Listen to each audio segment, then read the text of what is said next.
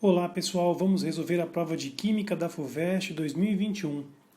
Nós temos uma questão que retrata uma extração dos cristais de açúcar presentes na cana. O esquema que representa este processo. Nós temos a cana passando por um processo de moagem, o que liberaria o caldo, e o bagaço vai saber onde foi parar. O caldo depois, por sua vez, foi purificado até uma composição que ele chama de xarope. Este xarope, por sua vez, passa por um cozimento seguido da cristalização.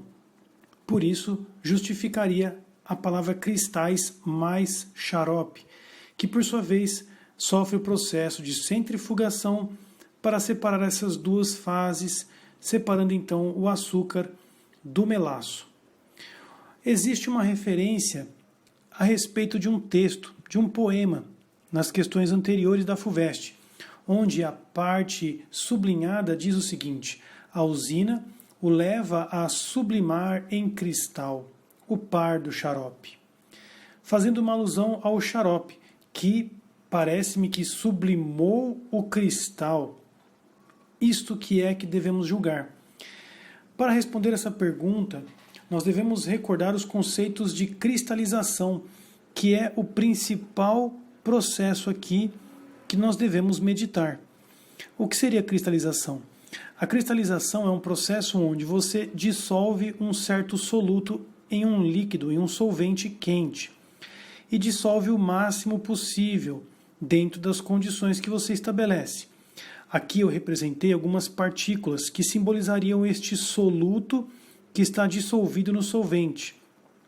Perceba que existem algumas palavrinhas, soluto, que seria esse pontinho, e o solvente, que eu marquei como as moléculas que parecem esse Vzinho ou esse chapeuzinho, como se fossem moléculas de água que interagem com o meu soluto.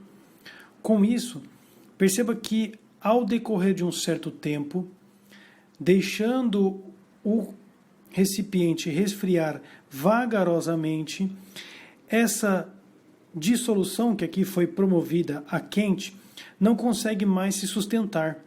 As partículas começam então a precipitar, formando o que o texto ou apresentado foi como cristal.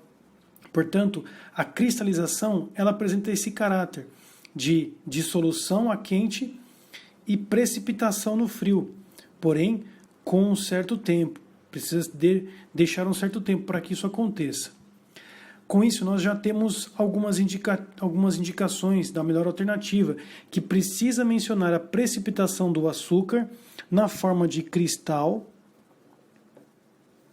para na sequência ser separado pela centrifugação, onde o equipamento de centrífuga promove uma rotação, separando com mais clareza o sólido da fase líquida, separando então o açúcar na forma de cristal do melaço, que seria esse líquido com algumas partículas ainda dissolvidas, mas uma parte já foi separada por cristalização e centrifugação.